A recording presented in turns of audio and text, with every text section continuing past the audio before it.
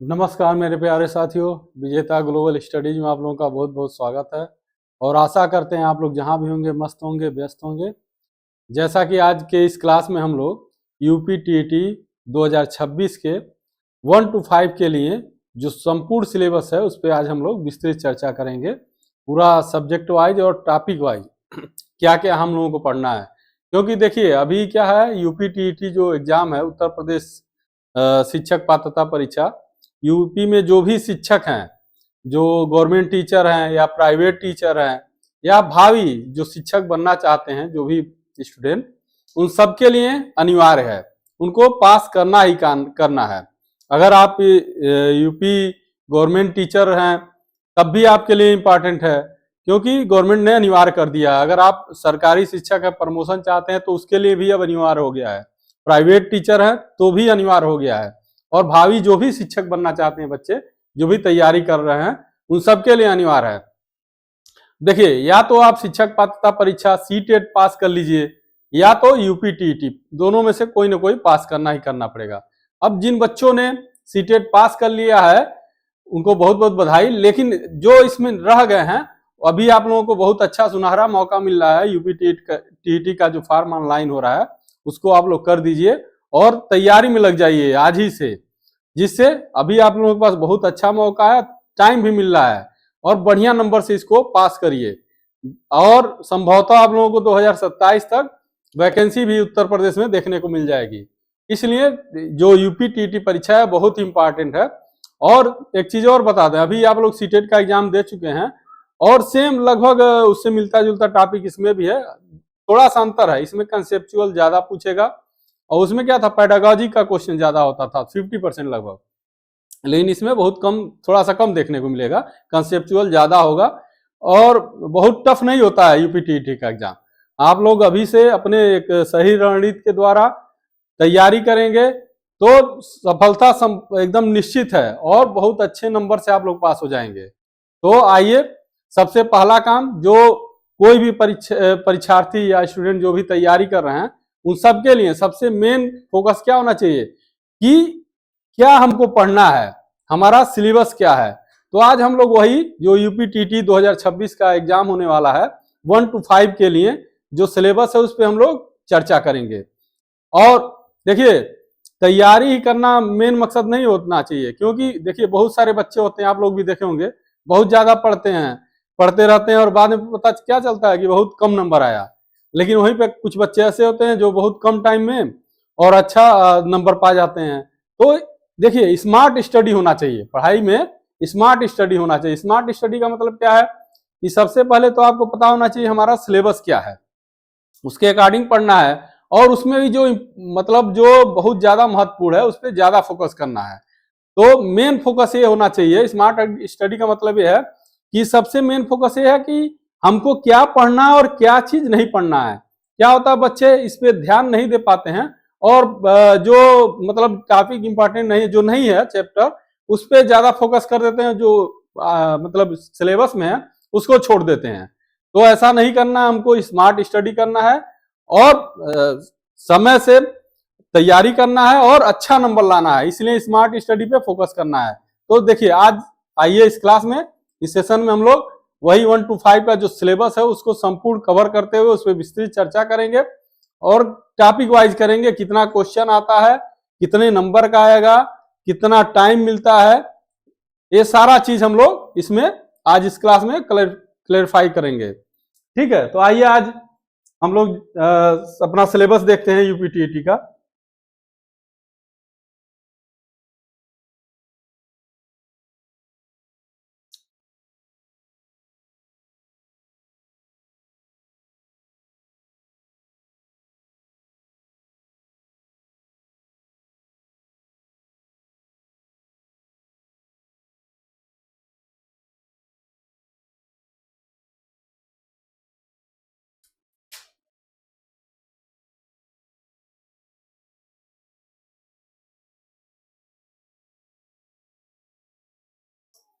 और इस क्लास में आज हम लोग पूरा केवल यही नहीं चर्चा करेंगे कि कौन कौन सा सब्जेक्ट है, क्या क्या हमको पढ़ना है, पूरा हर सब्जेक्ट का टॉपिक वाइज हम लोग इसमें चर्चा करेंगे। कि कहाँ कहाँ से क्वेश्चन आएगा, किस चैप्टर से आएगा, कितना नंबर का आएगा, सारा हम लोग इस सेशन में कवर करेंगे। देखिए, और पहले तो भाई यूपी गवर्नमेंट का प्लान था, आप लोगों को भी पता है कि जनवरी तक एग्जाम कराने के लिए सोच रहा था, लेकिन अभी क्या है, संभव नहीं, जनवरी तो बीत गया, तो अभी जो संभव था ये एग्जाम आपका यूपी टीईटी का एग्जाम जुलाई में देखने को मिलेगा, और गवर्नमेंट का यही प्लानिंग है कि जुलाई में इसको एग्जाम को कराना है। ठीक है, तो सर्वप्रथम हम लोग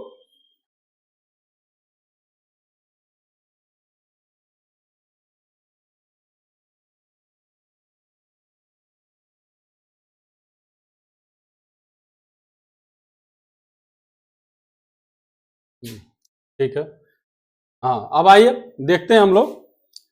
देखिए, यूपी टीईटी जो 2026 का आप लोग जो एग्जाम देने जा रहे हैं, उसमें जो प्राथमिक स्तर का जो टीटी परीक्षा है 1 से 5 तक के लिए, इसमें परीक्षा की जो अवधि है 2 घंटा आधा, मतलब 30 मिनट का, मतलब 2.5 घंटे का एग्जाम होगा। और मतलब देखिए, इस एग्जाम में 150 क्वेश्चन आते हैं और 150 मिनट मिलेगा, 2.5 घंटा आपको मिलेगा। ठीक है, मतलब एक क्वेश्चन के लिए 1 मिनट। तो सबसे पहले तो आपको टाइम मैनेजमेंट भी सीखना होगा, क्योंकि कभी कभी ऐसा होता है ना, बच्चे को सब आता रहता है और टाइम मैनेजमेंट न होने के कारण क्वेश्चन छूट जाता है। तो ऐसा नहीं करना है, हमको पूरा तैयारी के साथ टाइम मैनेजमेंट करना है, जिससे सारा क्वेश्चन आप लोग हल कर सकें। तो 150 मिनट आपको मिलेंगे, 150 क्वेश्चन रहेगा, मतलब प्रत्येक क्वेश्चन के लिए 1 मिनट मिलेगा। साथ ही साथ में क्या कह रहा है, सभी प्रश्न के लिए एक सही उत्तर के साथ 4 विकल्प वाले बहुविकल्पी प्रश्न होंगे, मतलब हर एक प्रश्न में 4 उसका उत्तर दिया होगा ऑप्शनल, उसमें से एक उत्तर सही होगा, जिसको आप लोगों को टिक करना है। प्रत्येक प्रश्न 1 अंक का होगा, नकारात्मक मूल्यांकन नहीं होगा। सबसे पॉजिटिव पॉइंट यह है कि नकारात्मक निगेटिव मार्किंग नहीं है, और प्रत्येक प्रश्न के लिए 1 नंबर मिलेगा, मतलब 150 क्वेश्चन, प्रत्येक क्वेश्चन के लिए 1 मिनट और 1 नंबर भी निर्धारित किया गया है, और इसमें कोई निगेटिव मार्किंग नहीं है। ठीक है, अब हम लोग देख लेते हैं जो हम लोगों का सब्जेक्ट रहेगा, जो यूपीटीटी 1 to 5 के लिए जो बच्चे फॉर्म भरे हैं उनका क्या क्या सब्जेक्ट रहेगा, और हर सब्जेक्ट से कितना क्वेश्चन आता है।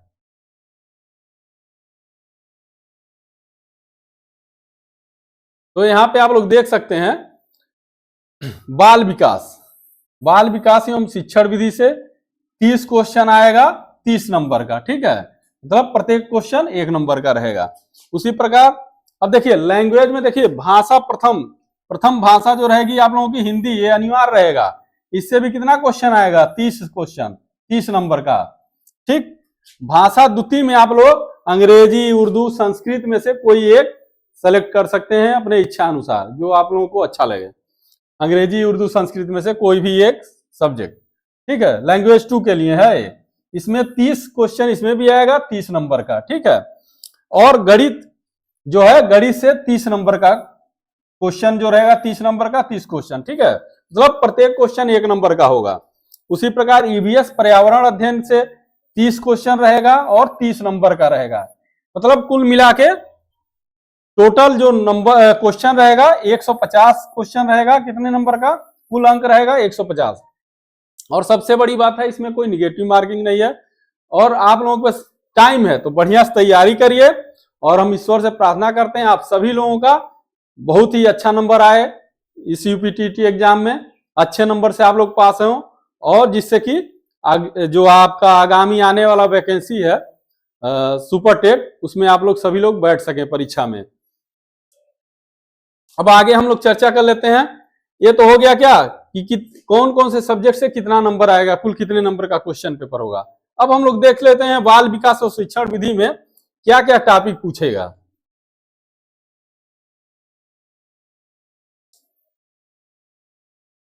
तो देखिए, पेपर 1 जो है 1 to 5 के लिए प्राथमिक स्तर पे, इसमें बाल विकास और एवं शिक्षण विधियां, टोटल प्रश्न रहेगा कितना, 30 क्वेश्चन। अब इसमें जो पहला चैप्टर है बाल विकास, अब बाल विकास से कौन कौन से टॉपिक से क्वेश्चन आता है, यहाँ पे हम लोग थोड़ा सा देख लेते हैं। तो बाल विकास का अर्थ आवश्यकता तथा क्षेत्र, बाल विकास की अवस्थाएं, शारीरिक विकास, मानसिक विकास, संवेगात्मक विकास, भाषा विकास, अभिव्यक्ति क्षमता विकास, सृजनात्मकता एवं सृजनात्मक क्षमता का विकास। ठीक है, पहले चैप्टर में हमको पढ़ना। दूसरे में बाल विकास के आधार एवं उनको प्रभावित करने वाले कारक, वंशानुक्रम, वातावरण, ठीक है, पारिवारिक, सामाजिक, विद्यालय, संचार माध्यम, क्या है सब वातावरण जो प्रभावित करते हैं बाल विकास को। ठीक है, आप लोग पढ़े भी होंगे। ठीक है, उसके बाद से जो लर्निंग अधिगम का सिद्धांत है, ठीक है, सीखने का अर्थ तथा सिद्धांत से कहां से क्वेश्चन आएगा, तो इसमें हम लोग को पढ़ना है अधिगम का अर्थ, प्रभावित करने वाले कारक, अधिगम की प्रभावशाली विधियां। जैसा कि आपको पता होगा, आप लोग पढ़े भी होंगे, जो अधिगम या सीखने का सबसे पहला सिद्धांत कौन दिया है, तो थॉर्नडाइक, त्रुटि और प्रयास का नियम। तो आगे हम लोग जब क्लास में हम लोग आगे पढ़ेंगे उसमें हम लोग पूरा विस्तृत चर्चा करेंगे। ठीक है, अभी हम लोग देख लेते हैं कौन कौन सा टॉपिक से क्वेश्चन बनेगा यूपीटीटी में। नेक्स्ट आएगा अधिगम के नियम, थॉर्नडाइक के सीखने के मुख्य नियम और एवं अधिगम में उनका महत्व, अधिगम के प्रमुख सिद्धांत, कक्षा शिक्षण में इनकी व्यवहारिक उपयोगिता, थॉर्नडाइक का प्रयास एवं त्रुटि का सिद्धांत। वही देखिए, थॉर्नडाइक का प्रयास एवं त्रुटि का सिद्धांत बहुत इंपॉर्टेंट है। पावलोव का संबंध प्रतिक्रिया का सिद्धांत, क्लासिकल थ्योरी जो पावलोव का है। बीएफ स्किनर का क्रिया प्रसूत अधिगम का सिद्धांत, कोहलर का सूझ और अंतर्दृष्टि का सिद्धांत, पियाजे, जीन पियाजे जी बहुत ही इंपॉर्टेंट हैं, आप लोग पढ़े भी होंगे, सीटेट की अगर तैयारी की होंगे तो वहां भी आप लोग पढ़े होंगे। संज्ञानात्मक विकास का सिद्धांत इन्हीं का है। ठीक है, तो लेव वाइगोस्की सामाजिक सांस्कृतिक का सिद्धांत, सीखने का वक्र, फिर अर्थ, सीखने में पठार, अर्थ कारण, मतलब ये सीडीपी का टॉपिक है। ये सारा हम लोगों को बढ़िया से पढ़ना है और तैयारी करना है, जिससे एक भी क्वेश्चन हमारा बाहर न जाए, छूट ना पाए। ठीक है, अब जो शिक्षण विधियां हैं उनसे देखिए, उस टॉपिक से क्या रहेगा, सर्वप्रथम आएगा शिक्षण का अर्थ, उद्देश्य, संप्रेषण, शिक्षण के सिद्धांत, शिक्षण के सूत्र, शिक्षण प्रविधियां, शिक्षण की नवीन विधाएं, सूक्ष्म शिक्षण एवं शिक्षण के आधारभूत कौशल। इसी प्रकार समावेशी शिक्षा जो टॉपिक रहेगा, समावेशी शिक्षा, उससे कौन सा जो हम लोगों को पढ़ना है टॉपिक, तो शैक्षिक समावेशन से अभिप्राय। अब जैसे समावेशी शिक्षा का मतलब क्या होता है, जहां विशेष आवश्यकता वाले बच्चे और सामान्य बच्चे दोनों को समान रूप से एक साथ शिक्षा दिया जाए, वो उसी को क्या कहते हैं, समावेशी शिक्षा। तो इसके बारे में पढ़ना हमको। अब इसमें क्या दिया, शैक्षिक समावेशन से अभिप्राय, पहचान, प्रकार, निराकरण, यथा वंचित वर्ग, भाषा, धर्म, जाति, क्षेत्र, वर्ण, लिंग, शारीरिक दक्षता, दृष्टिबाधिता, श्रवणबाधिता, क्या है दिव्यांग बच्चों का जो होता है ना, श्रवणबाधिता, दृष्टिबाधित बच्चे होते हैं, मानसिक दक्षता। समावेशन के लिए अब देखिए, समावेशन मतलब इन बच्चों को, विशेष आवश्यकता वाले बच्चों को किस तरह से एक शिक्षक पढ़ाए जिससे उनको समझ में आए, अच्छी तरीके से समझ में आए, कौन सी शिक्षण विधियों का प्रयोग करे, कौन सी सामग्रियों का प्रयोग करे, किस प्रकार का उपकरण का, यंत्र का प्रयोग करे, जिससे उनका जो शिक्षक है उसका शिक्षण प्रभावी हो। जैसे आप लोग अभी इंटर्नशिप डीएलएड का दिए होंगे ना, तो उसमें भी टीएलएम आप लोग बताया गया होगा इसके बारे में। फिर समावेशित बच्चों का अधिगम जांचने हेतु आवश्यक तकनीक, समावेशित बच्चों के लिए विशेष शिक्षण विधियां, वही है ब्रेल लिपि। ठीक, समावेशी बच्चों हेतु निर्देशन एवं परामर्श, अर्थ, उद्देश्य, प्रकार, विधियां, आवश्यकता एवं क्षेत्र। परामर्श में सहयोग देने वाले विभाग, इनके बारे में भी पढ़ना हमको। परामर्श में सहयोग देने वाले संस्थाएं कौन कौन सी है, तो मनोविज्ञान शाला उत्तर प्रदेश प्रयागराज, ये इस मंडली मनोविज्ञान केंद्र, जिला चिकित्सालय, इस सब के बारे में हमको पढ़ना है। फिर नेक्स्ट आता है बाल अधिगम में निर्देशन एवं परामर्श का महत्व, फिर अधिगम एवं अध्यापन, ये सब टॉपिक है। देखिए, सबसे बड़ी बात है, जो भी तैयारी कर रहा है, स्मार्ट स्टडी हम इसीलिए बोल रहे हैं कि देखिए, जो भी टीटी परीक्षा का तैयारी कर रहा बच्चा, सबसे पहले, या किसी भी एग्जाम का तैयारी कर रहा है, तो सबसे पहला काम तो उसके पास उस एग्जाम का सिलेबस होना ही होना चाहिए। ठीक, अगर या तो आप लोग प्रिंट आउट कर लीजिए, या तो अपने एक नोट्स बना लीजिए सब्जेक्ट वाइज, और उसका जो सिलेबस है फर्स्ट पेज पे लिख लीजिए, जिससे क्या होगा, आपको इजी होगा और आपको पता चलेगा हमने क्या पढ़ लिया, अभी क्या बचा है, कितना पढ़ना है, कौन सा टॉपिक इंपॉर्टेंट है, उस पर कितना टाइम देना है। तो इससे क्या होगा, आपका एकदम सही समय में पूरा जो सिलेबस है कवर हो जाएगा। ठीक, तो सबसे पहला काम यही करिएगा, पहले आप लोग सिलेबस पूरा समझ लीजिए, उसका प्रिंट आउट ले लीजिए या नोट्स बना लीजिए। ठीक, अब देखिए जो भाषा है, भाषा में हिंदी अनिवार्य है, फर्स्ट लैंग्वेज जो है, उसमें हम लोगों को देख लें क्या क्या टॉपिक है जो हम लोगों को पढ़ना है, जिससे क्वेश्चन आएगा। इससे भी कितना नंबर का क्वेश्चन आएगा, 30 प्रश्न 30 नंबर का रहेगा। अब हिंदी का जो है अपठित अनुच्छेद, हिंदी वर्णमाला, स्वर व्यंजन, सब आप लोग पढ़े हैं। वर्णों के मेल से मात्रिक अमात्रिक शब्दों की पहचान, वाक्य रचना, हिंदी की सभी ध्वनियों के पारस्परिक अंतर जानकारी विशेष रूप से, ठीक है, जो ये वर्ण है इनके बारे में। हिंदी भाषा की सभी ध्वनियों, वर्णों, अनुस्वार, अनुनासिक एवं चंद्र बिंदु में अंतर। फिर नेक्स्ट जो टॉपिक है संयुक्ताक्षर, संयुक्ताक्षर में कौन कौन से आते हैं, क्षत्रज्ञ, ठीक है। मतलब आप लोग पढ़े होंगे, और देखिए ये इसलिए बता रहे हैं हम कि इसको मतलब ये सब छूटना नहीं चाहिए टॉपिक, इसको हमको तैयार करना ही करना है। संयुक्ताक्षर एवं अनुनासिक ध्वनियों के प्रयोग से बने शब्द, सभी प्रकार की मात्राएं, विराम चिन्हों, देखिए विराम चिन्ह से भी क्वेश्चन आता ही आता है यूपीटीटी में, अल्प विराम, अर्ध विराम, पूर्ण विराम, प्रश्नवाचक, विस्मयादि बोधक, ये सब चिन्हों का प्रयोग, ठीक है।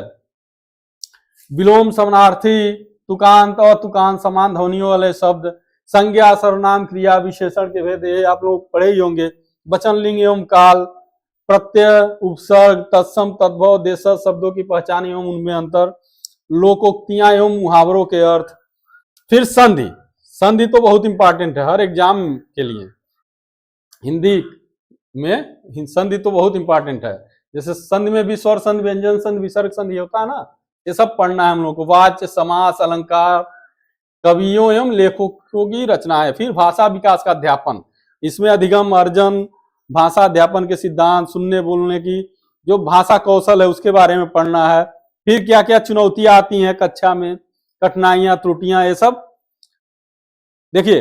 और आप लोग हमारे चैनल विजेता ग्लोबल स्टडीज से जुड़िए, जिसमें क्या होगा, अनुभवी टीचरों के माध्यम से आप लोगों को फ्री ऑफ कास्ट संपूर्ण सिलेबस पे आपको बेहतरीन नोट्स प्रोवाइड किया जाएगा, जो आपके परीक्षा के तैयारी के लिए बहुत ही अच्छा रहेगा, उपयोगी रहेगा। ठीक है, इसी प्रकार जो इंग्लिश का है, इंग्लिश में unseen passage, sentence, subject, sentence के भाग है subject and predicate, kinds of sentence, part of speech, kind of noun, pronoun, adverb, adjective, verb, preposition, conjunction, ये आप लोग पढ़ते आ रहे हैं, ऐसा नहीं है, नया चीज नहीं है। बशर्ते इसको क्या करना है, हमको पूरा रिवाइज करना है, इसको और अच्छे तरीके से तैयारी करना है। Tense, present, past, future, tense के क्या है भाग होते हैं, आर्टिकल, ठीक है, word formation, active and passive voice, singular and plural number, gender, ये सब क्या है, सब हम लोग को पढ़ना है। फिर देखिए उर्दू में है, अब उर्दू तो हमको नहीं पता है, जो लोग पढ़ रहे होंगे या पढ़े होंगे उनको अच्छी तरीके से मालूम होगा, जो भी मान लीजिए बच्चे स्टूडेंट हैं जो भरे होंगे फॉर्म में उर्दू, उनको जानकारी होगा। तो उसमें भी सेम उनका जो है सब्जेक्ट वाइज है, टॉपिक वाइज अपना देख लेंगे क्या क्या चीज है, जैसे अपठित अनुच्छेद, जुबान की फन्नी महारतों की मालूमात, ठीक है। तो ये टॉपिक है, इनको आप लोग देख लीजिएगा, सिलेबस निकाल लीजिए या तो नोट कर लीजिएगा, ठीक है। इसी प्रकार संस्कृत में, अब संस्कृत में जो आएगा अपठित अनुच्छेद, जैसे हिंदी का था, अकारांत पुल्लिंग, अकारांत स्त्रीलिंग, अकारांत नपुंसकलिंग, इकारांत स्त्रीलिंग, उकारांत पुल्लिंग, ऋकारांत पुल्लिंग, ऋकारांत स्त्रीलिंग, घर, परिवेश, परिवेश, परिवार, परिवेश, पक्षियां, घरेलू उपयोगी वस्तुओं, जैसे संस्कृत सेकेंड पेपर में अगर आप लैंग्वेज, सेकेंड लैंग्वेज में संस्कृत सेलेक्ट कर रहे हैं, तो जितनी भी घर की उपयोगी वस्तुएं हैं या पक्षियों के नाम है, पशु पक्षियों के, इनका भी एक नंबर में क्वेश्चन पूछता ही पूछता है, तो आप लोग इसको भी देख लीजिएगा। सर्वनाम, क्रियाएं, शरीर के अंगों के नाम संस्कृत में याद होना चाहिए। फिर नंबर, अभी देखिए संख्या, संस्कृत में संख्याओं का ज्ञान होना चाहिए। संधि, सब संधि विच्छेद तो आना ही आना चाहिए, ठीक है। लिंग, वचन, प्रत्याहार, स्वर के प्रकार, व्यंजन के प्रकार, ये सब संस्कृत में देख लीजिएगा आप लोग। स्वर, व्यंजन, विसर्ग, ध्वनिया, समास, उपसर्ग, पर्यायवाची शब्द, कारक, प्रत्यय एवं वाच्य, ये सब बहुत इंपॉर्टेंट टॉपिक है, कवियों एवं लेखकों की रचनाएं। ठीक है, फिर उसी प्रकार भाषा विकास के अध्यापन से क्वेश्चन बनेगा, अधिगम, अर्जन।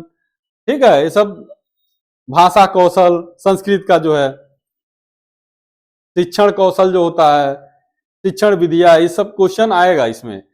ठीक है, इसी प्रकार गणित का जो है, मैथ का हम लोग चर्चा कर लेते हैं क्या क्या है। तो गणित में आप लोग देख सकते हैं, फर्स्ट जो चैप्टर रहेगा आप लोगों का संख्याएं और संख्याओं का जोड़, घटाना, गुणा, भाग। ये तो खैर आप लोग बहुत कई मतलब पहले पढ़ चुके हैं, शुरू से ही पढ़ते आ रहे हैं। एलसीएम, एचसीएफ, लघुत्तम समापवर्त और महत्तम समापवर्त, भिन्नों का जोड़, घटाना, गुणा, भाग। नेक्स्ट टॉपिक रहेगा दशमलव वाली संख्याओं का जोड़, घटाना, गुणा, भाग। फिर एक एक नियम, प्रतिशत, लाभ हानि, प्रॉफिट लॉस वाले जो क्वेश्चन होते हैं, साधारण ब्याज, ज्यामिति, ज्यामितीय आकृतियों एवं पृष्ठ, कोण, त्रिभुज, वृत्त के बारे में पूछेगा। ठीक है, और पैसे से संबंधित जो क्वेश्चन है, जैसे इस तरह का क्वेश्चन पूछता है यूपीटीईटी में, जैसे मान लीजिए एक बैग है, उसमें 50 पैसे कितने सिक्के हैं, 100 पैसे कितने सिक्के हैं, 20 पैसे कितने सिक्के हैं, तो टोटल कितने हैं। या तो इस तरह से पूछेगा कि एक थैले में या 5 लोगों में बांटना है, 2 संबंध, 3 संबंध, 4 संबंध, 5 के अनुपात में, एक को इतना रुपया मिला, 2 को इतना रुपया मिला, तो टोटल कितना रुपया था या इनका कितना भाग था। तो इस तरह के क्वेश्चन आते हैं। फिर मापन, समय, मापन में आएगा आपका समय, तौल, धारिता, लंबाई एवं ताप से रिलेटेड क्वेश्चन। फिर परिमिति, परिमिति मतलब परिमाप, त्रिभुज, वर्ग और आयत, ये देखिएगा। इसीलिए कह रहे हैं ना, सिलेबस देखना इंपॉर्टेंट है, क्योंकि हमको इससे पता चल जाएगा और हमारा टाइम मैनेजमेंट भी सही हो जाएगा। क्या पढ़ना है हम उस पर विशेष फोकस करेंगे, तो अब यहाँ से हमको पता चल जाएगा ना, इसमें जो यूपीटीटी का एग्जाम है उसमें हमको क्या पढ़ना है, त्रिभुज, आयत और वर्ग का परिमाप से रिलेटेड जो भी क्वेश्चन है उसको हमको एकदम अच्छी तरीके से देख लेना। फिर कैलेंडर से रिलेटेड क्वेश्चन आता है कि जैसे आज अगर दिन सोमवार है तो 20 तारीख 2026 में क्या होगा। ठीक है, इस तरह के क्वेश्चन आता है, तो ये भी देख लीजिएगा आप लोग। यहाँ देखिए, ये सारे क्वेश्चन, इस तरह के क्वेश्चन हमारे यहाँ पे इस प्लेटफॉर्म पे, विजेता ग्लोबल स्टडीज के प्लेटफॉर्म पे मैथ के सब्जेक्ट में सारे क्वेश्चन कराए जाएंगे।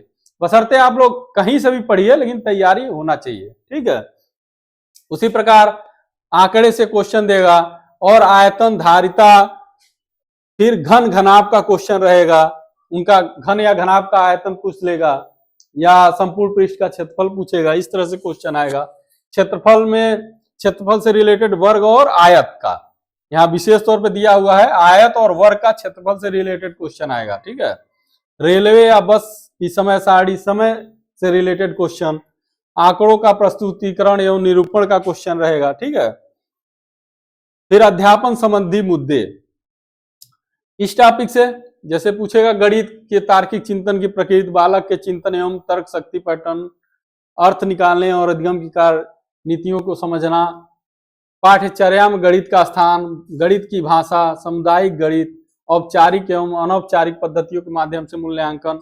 मूल्यांकन तो बहुत इंपॉर्टेंट टॉपिक है। शिक्षण की समस्याएं, त्रुटि विश्लेषण, अधिगम एवं अध्यापक की प्रासंगिक पहलू, नैदानिक एवं उपचारात्मक शिक्षण विधियां। देखिए, शिक्षण की 2 विधियां है ना, नैदानिक एवं उपचारात्मक। ठीक है, तो ये सब देखिए, अभी ये वाला जो पार्ट है आप लोग देख रहे हैं, ये लगभग मतलब पूरा नहीं, लेकिन लगभग जो ये सब है ना, शिक्षण की विधियां जैसे हैं, तो आपको ये सब में वही चीज मिलेगा। चाहे आप हिंदी पढ़ेंगे या साइंस ईवीएस पढ़ेंगे, उसमें सब क्या है, थोड़ा सा अंतर होगा, लेकिन ये सारी विधियां लगभग सेम है। ठीक है, तो ये वाला पार्ट जो है, किसी एक का कहीं भी एक पूरा बढ़िया से पढ़ लीजिए, वो सब में काम आएगा। थोड़ा बहुत चेंज है तो उसको देख लेंगे। जैसे अब गणित का जो प्रकृति है ये थोड़ा सा अलग है, लेकिन गणित की भाषा अलग हो जाएगी। लेकिन जो ये सब नैदानिक एवं उपचारात्मक शिक्षण है, ये सब मतलब लगभग सेम मिलेगा। मूल्यांकन की पद्धतियां, शिक्षण की समस्याएं। ठीक है, इसी प्रकार जो हमारा नेक्स्ट सब्जेक्ट है पर्यावरण अध्ययन। तो पर्यावरण अध्ययन में अब देखिए, पर्यावरण अध्ययन में हमको जो पढ़ना है विज्ञान, इतिहास, भूगोल, नागरिक शास्त्र एवं पर्यावरण से मिला के ये पर्यावरण अध्ययन हमारा बना है ईवीएस। इसका भी कितना क्वेश्चन आएगा, 30 नंबर का क्वेश्चन आएगा। ठीक है, अब इसमें जो पहला चैप्टर है हमारा पर्यावरण में, परिवार, दूसरा है भोजन, स्वास्थ्य एवं स्वच्छता, तीसरा रहेगा आवास से इससे संबंधित क्वेश्चन आएगा, नेक्स्ट रहेगा पेड़ पौधे एवं जंतु से रिलेटेड क्वेश्चन आएगा, फिर हमारा परिवेश, मेला चैप्टर से आएगा, स्थानीय पेशे से जुड़े व्यक्ति एवं व्यवसाय से रिलेटेड क्वेश्चन मिलेगा, फिर जल से मिलेगा क्वेश्चन आप लोगों को देखने के, यातायात एवं संचार के माध्यम से, ये भी पढ़ना है। ठीक है, ये चैप्टर है खेल एवं खेल भावना। फिर नेक्स्ट चैप्टर जो है देखिए यहाँ पे जो दिया है, भारत की जो नदियां हैं, पर्वत, पठार, वन, यातायात, महाद्वीप एवं महासागर से रिलेटेड क्वेश्चन आपको देखने को मिलेगा 1 नंबर में। हमारा प्रदेश मतलब उत्तर प्रदेश की जो भी नदियां हैं, पर्वत, पठार, वन, यातायात, इससे रिलेटेड एक क्वेश्चन मिलेगा। फिर संविधान तो इंपॉर्टेंट है ही। ठीक है, फिर शासन व्यवस्था से क्वेश्चन आएगा, जैसे स्थानीय स्वशासन, ग्राम पंचायत से रिलेटेड, नगर पंचायत, जिला पंचायत, नगर पालिका, जिला प्रशासन, प्रदेश की व्यवस्था, व्यवस्थापिका, न्यायपालिका, कार्यपालिका, राष्ट्रीय पर्व, राष्ट्रीय प्रतीक, मतदान, राष्ट्रीय एकता, इससे भी रिलेटेड क्वेश्चन आएगा। ठीक है, पर्यावरण आवश्यकता, महत्व, उसकी मतलब पर्यावरण के बारे में आएगा, उसकी आवश्यकता, महत्व, उपयोगिता से रिलेटेड एक क्वेश्चन देगा। फिर अध्यापन संबंधी मुद्दे, मतलब जो इसमें पर्यावरण अध्ययन के अवधारणा, व्याप्ति, पर्यावरण अध्ययन का महत्व, एकीकृत पर्यावरणीय अध्ययन एवं पर्यावरणीय शिक्षा, अधिगम सिद्धांत, विज्ञान और सामाजिक विज्ञान की व्याप्ति। ठीक है, ये सब मतलब देख लीजिएगा आप लोग।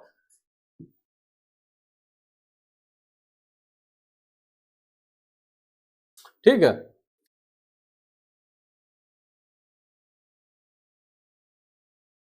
तो सबसे पहला काम तो आप लोग एक सिलेबस प्रिंट आउट निकाल लीजिएगा या तो उसको नोट कर लीजिएगा। और आप लोगों के पास देखिए बहुत अच्छे टाइम पे मतलब टाइम मिल रहा है आपको, और एग्जाम के लिए भी बढ़िया टाइम मिल रहा है, तो पूरे जी जान से मन से लग जाइए और अच्छे मन से तैयारी करिए, जिससे अच्छा नंबर से आप लोग इस यूपीटीटी परीक्षा में आप लोग पास करें। और आगे आप लोगों को संभवतः 2027 तक उत्तर प्रदेश शिक्षक भर्ती परीक्षा भी देखने को मिलेगी। ठीक है, तो आप लोगों के पास बहुत ही अच्छा टाइम है। और जो भी बच्चे तैयारी करना चाहते हैं, अगर हमारे विजेता ग्लोबल स्टडीज प्लेटफॉर्म से तैयारी करना चाहते हैं, यूट्यूब प्लेटफॉर्म पे हम लोग फ्री ऑफ कास्ट सारे सब्जेक्ट से रिलेटेड बहुत ही अच्छे अनुभवी टीचरों के द्वारा बेहतरीन कंटेंट हम लोग प्रोवाइड करेंगे और पूरा सिलेबस आप लोगों का कवर किया जाएगा। ठीक है, तो अगर जो भी बच्चे जुड़ना चाहते हैं जुड़ सकते हैं, और बाकी अपने दोस्तों तक आप लोग ज्यादा से ज्यादा शेयर करें, जिससे उनको भी लाभ मिले। धन्यवाद।